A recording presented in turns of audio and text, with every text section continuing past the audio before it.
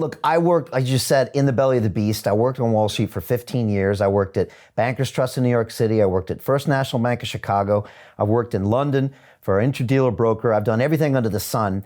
And, one thing I realized was the way we made money, Robert, was by being non-transparent, by not passing information. That's how we could make all of our spreads. Everything was hidden. And the one thing I find encouraging about the blockchain is that it's all public record by definition, which is probably the most frustrating thing for Wall Street and the financial institutions, because they're thinking, there go all of our margins, there goes the whole game. And so in a way, like you said, it's refreshing. It's better than the salt water. And it's nice to see this is getting some traction. And also some other players are allowed to build on this. So, yeah. Well, you asked the question, what you're talking about is these Bitcoin, which I'm sure is just back from, I understand it. We have an enemy in common. It's called the Fed, Treasury, teachers unions, and government, and the banks.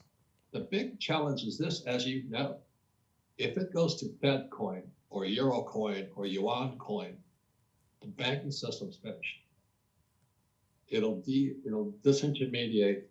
All these big banks are toast because it's going to be pure Marxist, that the currency will be controlled through Fed coin. They will know everything you do, say, teach. They'll have everything on you. They do not need the banks. You see them, Brad, you know the mechanism, God almighty. Here I am, I just yesterday, last week, I borrowed $160 million. Where did that 160 million come from? Nowhere. Right. I just went to a guy like you. I sat down, I said, here's my project.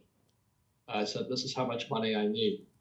I offloaded it to all my investors. And then the bank loaned me 160 million. So we have to come up with 42 million. So I got 42 million from my investors. The bank, voila, magically creates another 140 million. I don't know, the numbers just boggle me. I get this fake asset. I mean, it's a real asset, and I pay no taxes. That's capitalism at its finest. Yeah. Now, that's the mechanism as of today. If it goes to Fed coin or Euro coin or Yuan coin, those banks are toast. They don't need them anymore. It's going to be straight injection of money. Helicopter money, as Ben Bernanke, somebody called it, and they're going to be able to trace everything you spend your money on and all this. So what does that mean? I'm looking into the future.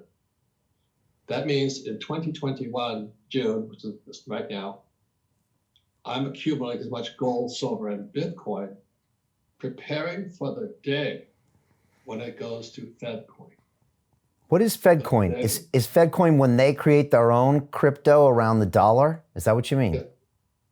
No, it just becomes government money, pure. Okay. And then Bankers Trust, Goldman Sachs, a lot, gone. They don't need them. The transmission mechanism needs an entrepreneur like me, a capitalist, who can borrow money. Because if I don't borrow money, money doesn't come into existence. I mean, you know that. That was 71 when Nixon took the dollar off the gold standard. It became debt. So the transmission mechanism required the guys you work for, the big banks, to have guys like me come in who say, I got this project. We get out the straw hat and the cane, and we do the dog and pony show. I mean, you know what I'm talking about. Yeah. And then the transmission mechanism, it goes to guys like me. And that's how money gets into the economy. If it goes to Fed coin, which it will, you don't need the banks. And FedCoin then is digital, you're saying, and so that way all the bank. That's pure communism. Right. Pure central planning. That's what I mean. Pure central planning. They got Wall Street, they got the Treasury, and then they got the government. Yeah, it's interesting. Robert, when you say centralized finance reminds you of communism and Marxism, and most people would, especially Americans, would have a knee-jerk response and say, what do you mean the Fed? That's like as American as apple pie. What are you talking about? We're capitalists, we're about the free market. And you're thinking, well, hold on a second. It's actually not true, because this is a centralized system that's trying to be controlled by a government. It's trying to brainwash the people. It's starting to sound a lot like those former communist regimes. That's the point you're trying to make here, right? We're going that way as opposed to the other way, towards more freedom and less government. Yeah. So, I mean, there's this great book. It's called The Creature from Jekyll Island, written by my friend G. Edward Griffin. As you can see, Brian, I flunked out of school. I'm not a good student, but I do study. So I read this book about 5 times to understand how the Fed operated.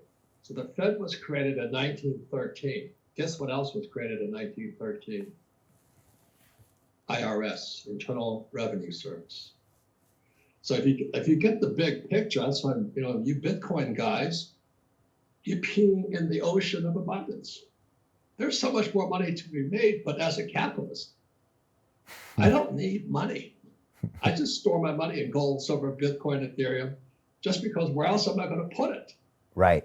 So you're... But Brian, all I use is debt. Right.